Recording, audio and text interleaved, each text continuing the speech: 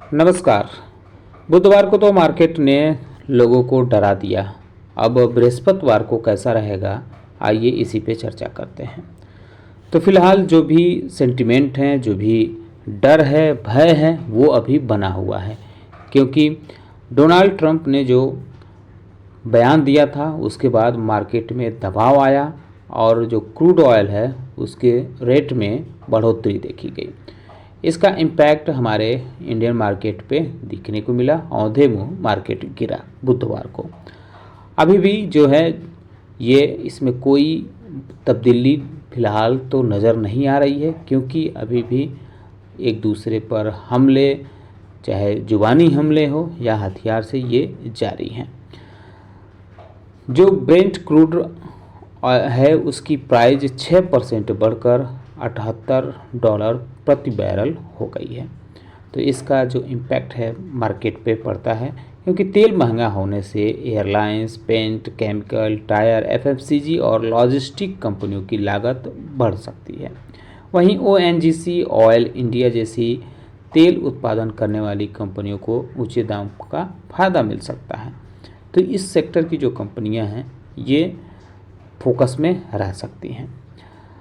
America और Iran के बीच cease fire खत्म हो चुका है। इसका ऐलान हो गया है एक दूसरे पर हमला से। ईरान के कोनार और चाबार समेत कई शहरों पर अमेरिकी सेना की एयर स्ट्राइक शुरू हो गई और अभी भी जारी है। इससे पहले अमेरिका ने मंगलवार को भी ईरान के 80 से ज़्यादा सैन्य ठिकानों पर स्ट्राइक की थी, जिसका इम्पैक्ट हमें बुधवार को मार्केट में देखने को मिला। हालांकि अमेरिकी सेंट्रल कमांड जो है उसके मुताबिक यह कार्रवाई हॉर्मुज में जहाज़ों पर हुए हमलों के जवाब में की गई है। अमेरिकी राष्ट्रपति डोनाल्ड ट्रंप ने बुधवार को नाटो समिट के दौरान कहा था कि अमेरिका आज रात ईरान पर फिर से बड़े हमले कर सकता है।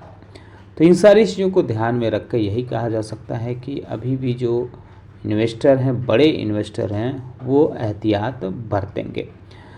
अब बात करते हैं कुछ कंपनियों के बारे में जिनमें खबरें हैं। टीवीएस मोटर्स कंपनी 2 व्हीलर और 3 व्हीलर सेगमेंट के लीडिंग प्लेयर, इस कंपनी ने बताया है कि इसने एक स्ट्रैटेजिक पार्टनरशिप किए हैं इंडियन ऑयल कॉरपोरेशन के साथ। इसके तहत क्या होगा, last mile LPG cylinder distribution पर काम करेगी कंपनी पूरे इंडिया में। तो इसका काफ़ी महत्वपूर्ण योगदान इसमें दिखेगा। नेल्को यानी नेशनल एल्यूमिनियम कंपनी लिमिटेड ने कहा है कि उसने एक ज्वाइंट वेंचर एग्रीमेंट साइन किया है सरकारी कंपनी है एनएलसी इंडिया के साथ। इसके तहत दोनों कंपनियां जो हैं एक ज्वाइंट वेंचर कंपनी इनकॉर्पोरेट करेंगी, यानी उसका गठन करेंगी। इसके तहत 4 गुणे 270 मेगावाट यानी 1080 megawatt captive thermal power plant develop किया जाएगा, जो ओडिशा के एंगुल में होगा। तो इस वजह से नेल्को पे आप चाहे तो नज़र रख सकते हैं। टाटा स्टील में अपडेट ये है कि क्रूड स्टील प्रोडक्शन इसका 11% इंडिया में बढ़ा है और ये 5.82 मिलियन टन पहले क्वार्टर में पहुंच गया है। कंपनी की जो डिलीवरीज हैं वो भी 9% बढ़ी है, 5.17 मिलियन टन रही है। इसके पीछे की जो महत्वपूर्ण वजह रही है वो ज़्यादा आउटपुट रहा है इसके जमशेदपुर और कलिंग नगर प्लांट में। इसकी वजह से ये नंबर बढ़ते हुए देखने को मिल रहे हैं।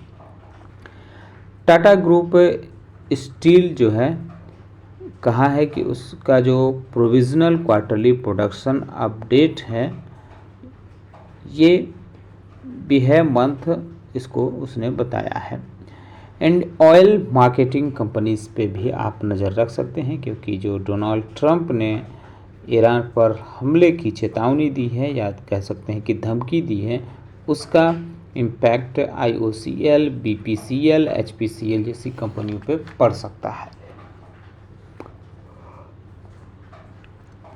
तो इन पे आप नज़र रख सकते हैं। महिंद्रा एंड महिंद्रा में अपडेट देखने को मिल रहा है कि इसने बताया है कि 2.7% एसयूवी पोर्टफोलियो और 2% तक कमर्शियल व्हीकल के दाम बढ़ा सकती है। एन एवरेज प्राइस ये बढ़ाने के लिए इसने बताया है, तो इस वजह से ये कंपनी भी फोकस में रह सकती है।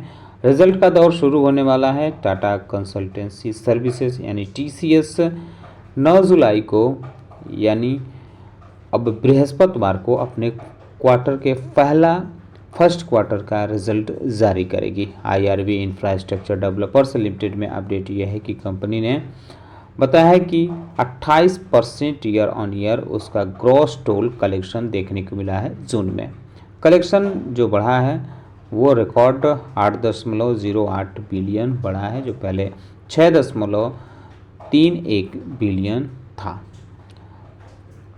जेएसडब्ल्यू एनर्जी में अपडेट देखने को मिल रहा है कि इसने 1081 मेगावाट का रिन्यूएबल एनर्जी कैपेसिटी अप्रैल से अब तक पूरा कर लिया है, अपनी कैपेसिटी बढ़ा ली है। इसके साथ ही जो कंपनी की टोटल कैपेसिटी है वो 14,535 मेगावाट पहुंच गई है।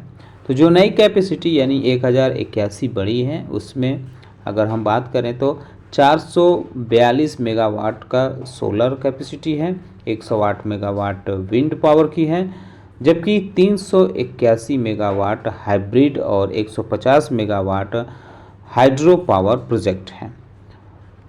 वहीं फोनेक्स मिल्स में अपडेट ये देखने को मिल रहा है कि इसने ऑपरेशनल परफॉर्मेंस जारी किए हैं। बताया है कि उसका रिटेल कंजप्शन 32% बढ़ा है ईयर ऑन ईयर और ये 4,727 करोड़ पहुंच गया है। आदित्य इन्फोटेक में अपडेट ये देखने को मिल रहा है कि उसने जो ऑफ़र किए थे कि वीडियो सिक्योरिटी और surveillance product CP plus brand के तहत, वो अब मामला आईसीसी यानी इंटरनेशनल चैम्बर ऑफ कॉमर्स में पहुंच गया है, जो न्यूयॉर्क का है।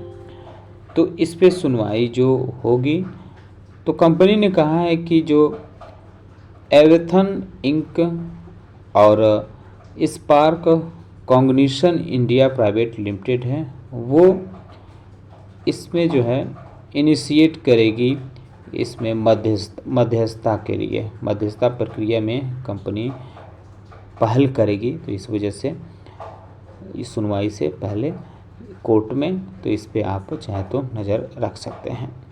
क्रॉम्पटन ब्रेवेंस कंज्यूमर इलेक्ट्रिकल लिमिटेड में अपडेट ये देखने को मिल रहा है।